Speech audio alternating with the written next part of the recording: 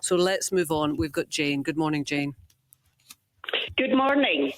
Are you through to Mr. Swinney, Jane? Morning, Jane. Oh, good morning, John. Yes, I'm interested really in hearing some definite confirmation of a commitment by you and the SNP to protect women's rights and protect women's single-sex spaces. I'm concerned, listening to what you were saying earlier about the Equality Act. To be honest, I think you've been quite disingenuous in claiming that the Equality Act gives protections for single-sex spaces, which it does, but unfortunately that's being ignored.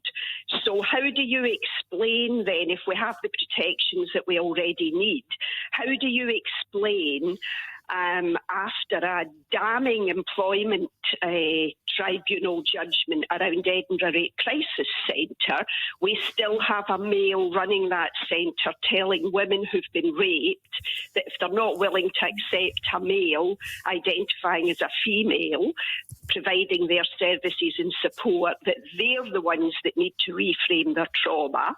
How do you explain a Fife health worker currently taking Fife Health Board to an employment tribunal after she was forced to use a changing room alongside a male who was identifying as a female?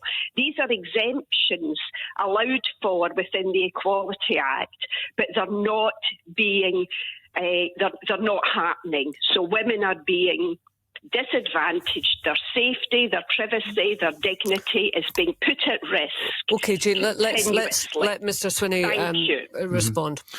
Thanks, Jane. I understand the significance and the seriousness of these issues, and I've seen some information on the two cases that you have referred to. My understanding on the Edinburgh Rape Crisis Centre issue is that they are essentially reviewing their whole handling of that issue to determine whether, just what the appropriate handling of that.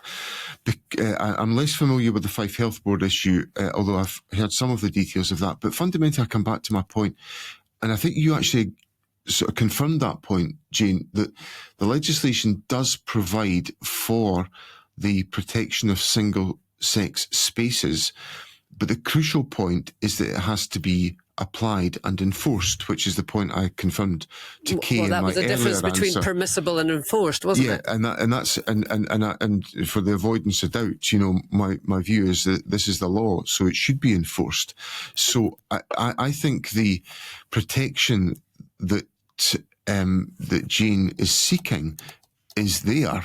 It has to be enforced and applied. And if there are cases where that is not the case, then obviously organisations need to they need to respond to that and to set out how they're going to go about doing that, which is what I think is happening in the cases that have been raised. So are you giving Jane a commitment that you believe that ability to create the single-sex space should be enforced? Yes. And there you go, Jane.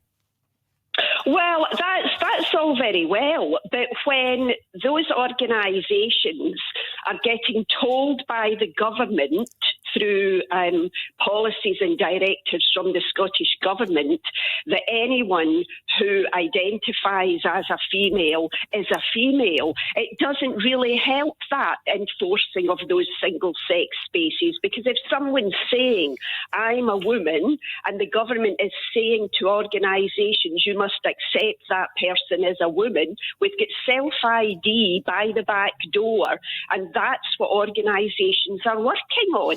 So it's not good enough, John. It's absolutely not good enough. Jane, listen, you've made your point very, very plainly there. If you don't mind, we're going to go and we've got time for one more question, and it's on another subject entirely.